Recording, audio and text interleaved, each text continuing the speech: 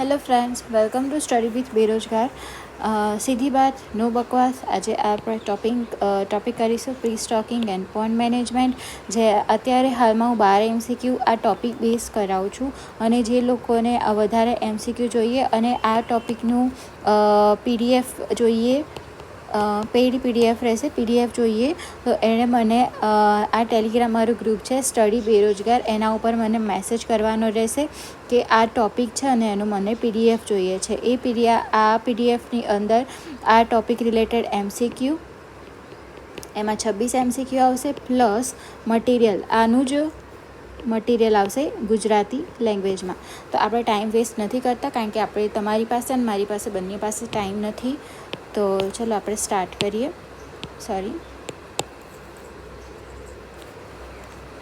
Okay, તો મત્સ્યપાલનના stocking પહેલાંના સંચાલનનું મુખ્ય મહત્ત્વ શું છે, મેં અહીંયા તમને આન્સર આપી દીધા છે, એટલા માટે કે તમે રિવિઝન માટે અથવા તો નોટ્સ બનાવતા હોય તો તમને હેલ્પ થાય, બરાબર. તો માછલીના તાણમુક્ત પરિવહન સુનિશ્ચિત કરવા માટે, તળાવના પર્યાવરણને ઉછેરવામાં આવતા જીવોનો તંદુરસ્ત વૃદ્ધિ અને વિકાસને ટેકો આપવા માટે તૈયાર કરવા, કે માછલીની પ્રજાતિનો નવો સંગ્રહ રજૂ કરવા માટે, કે તળાવના સૌંદર્યને સુધારવા માટે. તો આન્સર આવશે તળાવના પર્યાવરણને ઉછેરવામાં આવતા જીવોની તંદુરસ્ત વૃદ્ધિ અને વિકાસને ટેકો આપવા માટે તૈયાર કરવા. હવે હું આની અંદર છે ને આ બધા લોકો શું કરે, MCQ રટી જાય ને, એમ રટવાની નથી. હું આન્સર આ કેમ આવે છે અને એ તમને હું ડિટેલમાં સમજાવીશ, બરાબર. તો ચલો સમજીએ કે આ આન્સર કેમ આવે છે. તો કે મત્સ્યપાલનમાં માછલીનો સંગ્રહ એટલે કે સ્ટોકિંગ. તો મત્સ્યપાલનમાં માછલીનો સ્ટોકિંગ કરતાં પહેલાં તળાવનું યોગ્ય રીતે વ્યવસ્થાપન કરવું ખૂબ જ મહત્ત્વપૂર્ણ છે. આ પ્રક્રિયાનો મુખ્ય હેતુ તળાવના પાણી અને જમીનની ગુણવત્તાને એવી રીતે તૈયાર કરવાનો છે કે તે ઉછેરવામાં આવતી માછલીઓ માટે અનુકૂળ વાતાવરણ પૂરું પાડે.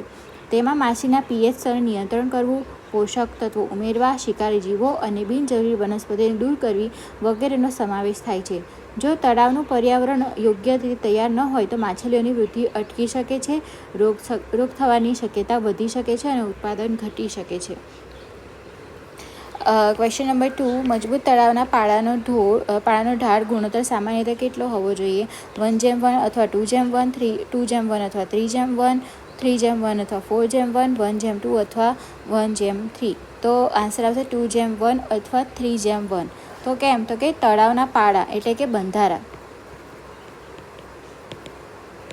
એની મજબૂતી અને સ્થિરતા જાળવવા માટે તેનો ઢાળને ઇંગ્લિશમાં સ્લોપ કહેવાય.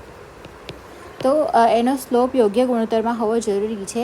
2:1 અથવા 3:1નો ઢાળ એટલે કે જો ઊભી ઊંચાઈ 1 યુનિટ હોય તો આડી લંબાઈ 2 અથવા 3 યુનિટ હોવી જોઈએ. આ પ્રકારનો ઢાળ પાળાને ધોવાણથી બચાવે છે અને તેને વધુ સ્થિર બનાવે છે, ખાસ કરીને વરસાદ કે પવન જેવી કુદરતી પરિસ્થિતિમાં.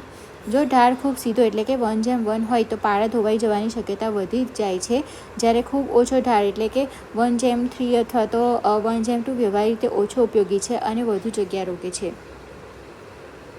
હવે થર્ડ, ચોમાસાની ઋતુમાં બહારનું પાણી અને માછલીના પ્રવેશ અટકાવવા માટે પાળાઓ કેવા હોવા જોઈએ?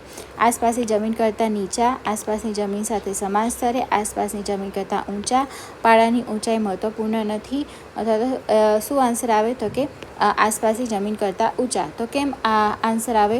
તો કે ચોમાસાની ઋતુમાં ભારે વરસાદ અને પૂરની સ્થિતિ સામાન્ય હોય છે. આવા સમયે બહારનું દૂષિત પાણી, કચરો અને અનિચ્છનીય માછલીઓ તળાવમાં પ્રવેશી શકે છે. આનાથી તળાવના પાણીની ગુણવત્તા બગડે છે અને પાળવામાં આવતી માછલીઓને નુકસાન થઈ શકે છે. આ પરિસ્થિતિને ટાળવા માટે તળાવના પાળા આસપાસની જમીન કરતાં પૂરતા ઊંચા હોવા જોઈએ, જેથી બહારનું પાણી તળાવમાં પ્રવેશ ના શકે અને તળાવનું પર્યાવરણ સુરક્ષિત રહે. પાળાને ઊંચા કરવા માટે તળાવના તળિયાના કાદવનો ઉપયોગ શા માટે કરવો જોઈએ નહીં? કારણ કે તે પોષક તત્વોનો અભાવ ધરાવે છે, કારણ કે તે ભારે વરસાદ દરમિયાન ધોવાઈ શકે છે, કારણ કે તે માછલી માટે હાનિકારક રસાયણો ધરાવે છે, કારણ કે તળાવની પાણીની ગુણવત્તાને બગાડે છે. તો આન્સર શું આવે? કારણ કે તે ભારે વરસાદ દરમિયાન ધોવાઈ શકે છે. તો કેમ આવો આન્સર આવે? તો કે તળાવના તળિયેથી કાઢવામાં આવેલા કાદવ એટલે કાદવને છે ને ઇંગ્લિશમાં સિલ્ટ કહેવાય. તો આ કાદવ સામાન્ય રીતે ખૂબ જ નરમ અને પાણીથી ભરેલો હોય છે. છે. જો આ કાદવનો ઉપયોગ પાળાને ઊંચો કરવા માટે બાંધવામાં આવે તો તે સુકાઈ ગયા પછી તિરાડો પાડી શકે છે અને ભારે વરસાદ દરમિયાન સરળતાથી ધોવાઈ શકે છે. આનાથી પાળા નબળા પડી શકે છે અને તળાવને નુકસાન થઈ શકે છે. પાળા બનાવવા માટે સામાન્ય રીતે મજબૂત અને કોમ્પેક્ટ માટીનો ઉપયોગ કરવામાં આવે છે, જે ધોવાણનો પ્રતિકાર કરી શકે છે. હવે 5મો આ ક્વેશ્ચન, જળચર વનસ્પતિ અને નીંદણનો નાશ કરવા માટે કઈ જૈવિક પદ્ધતિનો ઉપયોગ કરવામાં આવ્યો છે? તો બ્લીચિંગ પાવડરનો ઉપયોગ કરી, ઝાડ નાખી, ગ્રાસ કાર્પ માછી દ્વારા કે મહુડાનો ખોળ વાપરી. તો ગ્રાસ કાર્પની માછી દ્વારા. કેમાં આન્સર આવે? તો કે જળચર વનસ્પતિ અને નીંદણ તળાવમાં માછલીઓની વૃદ્ધિ માટે અવરોધરૂપ બની શકે છે, કારણ કે તે પોષક તત્વો માટે સ્પર્ધા કરે છે અને એક ઓક્સિજનનો વપરાશ કરે છે. આને નિયંત્રિત કરવાની જૈવિક પદ્ધતિઓમાં ગ્રાસ કાર્પ માછલીનો ઉપયોગ મુખ્ય છે. ગ્રાસ કાર્પ શાકાહારી માછલી છે જે પાણીમાં ઉગતી વનસ્પતિ અને નીંદણને ખાઈને તેને નિયંત્રિત કરે છે. આ એક પર્યાવરણને અનુકૂળ પરિસ્થિતિ છે જે રસાયણના ઉપયોગને ટાળે છે. શિકારી માછલીઓને નિકાલ કરવા માટે કઈ વનસ્પતિજન્ય પદ્ધતિનો ઉપયોગ કરવામાં આવ્યો છે અને તેની ભલામણ કરેલ માત્રા શું છે? ગ્લાયફોસેટ 3 kg પર હેક્ટર, બ્લીચિંગ પાવડર 350 kg પર હેક્ટર, મહુડાનો ખોળ એટલે કે સેપોનિન 2500 kg પર હેક્ટર કે યુરિયા 100 kg પર હેક્ટર? તો આન્સર આવે મહુડાનો ખોળ એટલે કે સેપોનિન 2500 kg પર હેક્ટર. તો કેમાં આવું આન્સર આવે? તો કે તળાવમાં શિકારી માછલીઓ પાળવામાં આવતી નાની માછલીઓ માટે જોખમી બની શકે છે. આ શિકારી માછલીઓને દૂર કરવા માટે મહુડાનો ખોળ એટલે કે મહુઆ ઓઇલ કેક, એને ઇંગ્લિશમાં કહેવાય મહુઆ ઓઇલ કેક. તો આ એક પ્રભાવી વનસ્પતિજન્ય પદ્ધતિ છે. મહુડાના ખોળમાં સેપોનિન નામનો ઘટક હોય છે જે માછલીઓ માટે ઝેરી હોય છે, પરંતુ તે મનુષ્યો અને અન્ય પ્રાણી માટે હાનિકારક નથી અને થોડા સમય પછી પાણીમાં ભળી જાય છે. ભલામણ કરેલ માત્રા 2500 kg પ્રતિ હેક્ટર છે. આનો ઉપયોગ કરતા પહેલાં પાણીમાં બધી માછલીઓને દૂર કરવાની હોય છે. તળાવના તળિયાને સૂકવવા અને ખેડ્યા પછી સામાન્ય રીતે કઈ વસ્તુઓ દૂર કરવી જોઈએ? તો ફક્ત મોટા ખડકો, માછલીના ખોરાકના અવશેષો, છીપલા, પથ્થરો, ઈંટો, પ્લાસ્ટિક વગેરે કે તળાવના છોડના મૂળ? તો કે છીપલા, પથ્થર, ઈંટો, પ્લાસ્ટિક વગેરે. તો કેમ? તો કે તળાવને સૂકવીને અને તળિયાને ખેડવાથી જમીનને હવા મળે છે અને કાર્બનિક પદાર્થોનું વિઘટન થાય છે, જે માટીની ફળદ્રુપતા સુધારે છે. આ પ્રક્રિયા દરમિયાન તળાવના તળિયેથી કોઈપણ અનિચ્છનીય વસ્તુ જેવી કે છીપલા, પથ્થર, ઈંટ, કાચ, પ્લાસ્ટિક અથવા અન્ય કચરો દૂર કરવો જોઈએ. આ વસ્તુઓ માછલીઓને ઈજા પહોંચાડી શકે છે અથવા તળાવના વ્યવસ્થાપનમાં અવરોધરૂપ બની શકે છે. જમીનની પીએચ સુધારવા માટે કયા પદાર્થનો ઉપયોગ કરવામાં આવે છે? મીઠું, ચૂનો, સલ્ફર કે રેતી? તો ચૂનો. કેમ ચૂનો આવે? તો કે તળાવની જમીનનો પીએચ એટલે એસિડિક કે આલ્કલાઇનનું સ્તર. તો આ પીએચ માછલીઓની વૃદ્ધિ માટે ખૂબ જ મહત્વપૂર્ણ છે. જો જમીન વધુ પડતી એસિડિક હોય તો માછલી માટે પ્રતિકૂળ બની જાય છે અને જમીનની પીએચ સુધારવા અને તેને વધુ આલ્કલાઇન બનાવવા માટે ચૂનાનો ઉપયોગ કરવામાં આવે છે. ચૂનો જમીનની એસિડિટી ઘટાડે છે અને પોષક તત્વોની ઉપલબ્ધતામાં સુધારો કરે છે, જેનાથી તંદુરસ્ત પ્લાન્ક્ટનનો વિકાસ થાય છે. પ્લાન્ક્ટન એટલે માછલીનો કુદરતી ખોરાક. 9મો, તળાવમાં પાણીનું સ્તર સામાન્ય રીતે કેટલું ભરવું જોઈએ? 0.5 મીટરથી 1 મીટર, 1 મીટરથી 1.5 મીટર, 1 મીટરથી 2 મીટર, 2 મીટરથી 2.5 મીટર. તો 1 મીટરથી 1.5 મીટર. તો કેમ આટલું સ્તર હોવું જોઈએ? તો કે તળાવમાં પાણીનું યોગ્ય સ્તર જાળવવું માછલીઓના ઉછેર માટે ખૂબ જ મહત્વપૂર્ણ છે. 1.0 એટલે કે 1 મીટરથી 1 મીટરથી 1.5 મીટરનું પાણીનું સ્તર સામાન્ય રીતે શ્રેષ્ઠ માનવામાં આવે છે. આટલું પાણી માછલીઓને પૂરતી જગ્યા પૂરી પાડે છે અને પાણીના તાપમાનમાં મોટા ફેરફારો ઘટાડવામાં મદદ કરે છે, જે માછલીઓ માટે તણાવપૂર્ણ હોઈ શકે છે. ખૂબ ઓછું પાણી તાપમાનની વધઘટ માટે સંવેદનશીલ હોય છે, જ્યારે ખૂબ ઊંડું પાણી ઓક્સિજનના સ્તરને અસર કરી શકે છે અને સૂર્યપ્રકાશ તળિયે પહોંચતા અટકાવી શકે છે, જે પ્લાન્ક્ટનના વિકાસને અવરોધે છે. MCQ 10. જો તળાવમાં મવડો અને ચૂનો વપરાયો હોય તો પાણી કેટલા સમય સુધી ભરી રાખવું જોઈએ? 1 અઠવાડિયું, 2 થી 3 અઠવાડિયા, 4 અઠવાડિયા? પાણી તરત જ છોડી શકાય છે? તો કે આન્સર આવે 2 થી 3 અઠવાડિયા. કેમ આવો આન્સર આવે તો કે જો તળાવમાં મહુડાનો ખોળ અને ચૂનો ઉપયોગ કરવામાં આવ્યો હોય તો પાણી ભર્યા પછી તેને ઓછામાં ઓછા 2 થી 3 અઠવાડિયા સુધી રાખવું જોઈએ. આ સમયગાળો મહુડાના ખોળમાં રહેલા ઝેરી પદાર્થોને વિઘટિત કરે છે અને ચૂનો પાણીમાં યોગ્ય રીતે ભળીને pHના સ્તરને સ્થિર થવા દે છે. આ સમય પછી તળાવ માછલીના સંગ્રહ માટે સલામત બને છે. કયા ખાતરને ભૂકો કરીને તળાવ પર ફેલાવવામાં આવે છે? મહુડાનો ખોળ, છાણ, SSP કે મગફળીનો ખોળ? GNOC. તો GNOC નું ફૂલ ફોર્મ થશે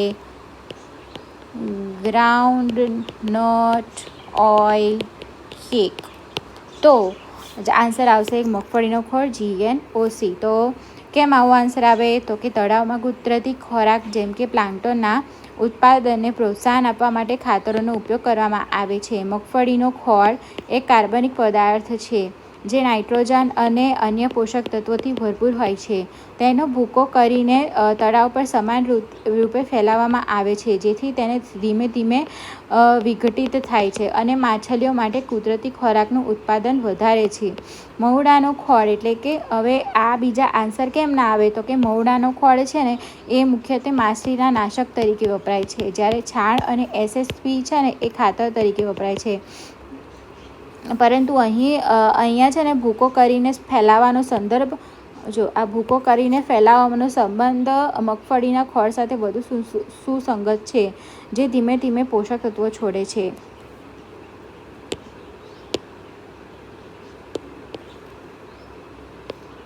હવે પાયાના ખાતર તરીકે છાણની ભલામણ કરેલ માત્રા પ્રતિ હેક્ટર કેટલી હોય છે? તો 12.5 kg પર હેક્ટર, 50 kg પર હેક્ટર, 100 kg પર હેક્ટર કે 175 kg પર હેક્ટર? તો આન્સર આવશે 50 kg પર હેક્ટર. તો કેમ આવો આન્સર આવે તો કે પાયાના ખાતર તરીકે છાણ એટલે કે ગોબરનો ઉપયોગ તળાવની ઉત્પાદકતા વધારવા માટે થાય છે. છાણ કાર્બનિક પદાર્થો અને પોષક તત્વોનો સારો એવો સ્ત્રોત છે જે તળાવમાં કુદરતી પ્લાન્ટોનના વિકાસને પ્રોત્સાહન આપે છે. સામાન્ય રીતે પાયાના ખાતર તરીકે પ્રતિ હેક્ટર 50 kg છાણની ભલામણ કરવામાં આવે છે. આ માત્રા તળાવના પર્યાવરણને સંતુલિત રાખીને માછલીઓના વિકાસ માટે જરૂરી પોષક તત્વો પૂરા પાડે છે. હવે મેં અત્યારે અહીંયા છે ને 12 MCQ મેં કરાયા છે. હવે તમારે આ ટોપિક રિલેટેડ તમને મટીરિયલ જોઈએ ગુજરાતીમાં તો તમને મટીરિયલ માત્ર આ ટોપિકનું મટીરિયલ મળવા રહેશે, એટલે કે આનું સમજૂતી મળવા રહેશે અને આ 12 MCQ પ્લસ બીજા 14 MCQ એમ ટોટલ 26 MCQ તમને મળવા રહેશે. બરાબર. તો જેને બી જોઈએ એ મને એ ટેલિગ્રામ મારી ચેનલ છે @study બેરોજગાર, એના ઉપર મને મેસેજ કરજો. હું તમને QR કોડ મોકલીશ અને તમારે એમાં પેમેન્ટ કરવાનું રહેશે અને તમને PDF મળવા પાત્ર રહેશે. અને મારું ગ્રુપ છે ટેલિગ્રામ પર, એનું નામ છે એમ ફિશરીઝ ઓફિસર. એની ઉપર તમને રોજની છે ને તમને બધી એટલે અપડેટ મળવા રહેશે કે આજે કયો ચેપ્ટર અપલોડ થશે. આજે MCQ પણ તમને મળી રહેશે અને કરંટ અફેર પણ મંથલી કરંટ અફેર પણ તમને મળી રહેશે. બરાબર. હવે અને એની અંદર બધા આપણે કેવું છે કે સ્ટડી છે ને આપણે સ્માર્ટલી કરવાની છે, ગોખવાનું નથી. બરાબર. તો એટલા માટે હું છે ને ટોપિક રિલેટેડ અમુક ફોટોસ પણ પોસ્ટ કરીશ કે તમે જો ને ફોટોસ દેખશો ને તો તમને માઇન્ડમાં ઉતરશે કે ના ઓકે ચલો આ બેન આવું કહેવા માંગતા હતા અથવા તો આ ચેપ્ટરમાં આવું આવે છે. એને છે ને ઇમેજિન કરી એને ફોટાને જોઈને તમે વધારે ડિટેલમાં સમજી શકો, લાંબા સમય સુધી યાદ આવે. બરાબર. તો એટલા માટે તમે આવું કરી શકો છો. તમારે છે ને મારા PDFની તમને એક વખત કોપી જોવી હોય તો હું તમને બતાવી દઉં છું. એ તમારી પેડ PDF રહેશે. આમાં આખી આમ સમજૂતી છે અને ટોટલ 26 MCQ છે. બરાબર.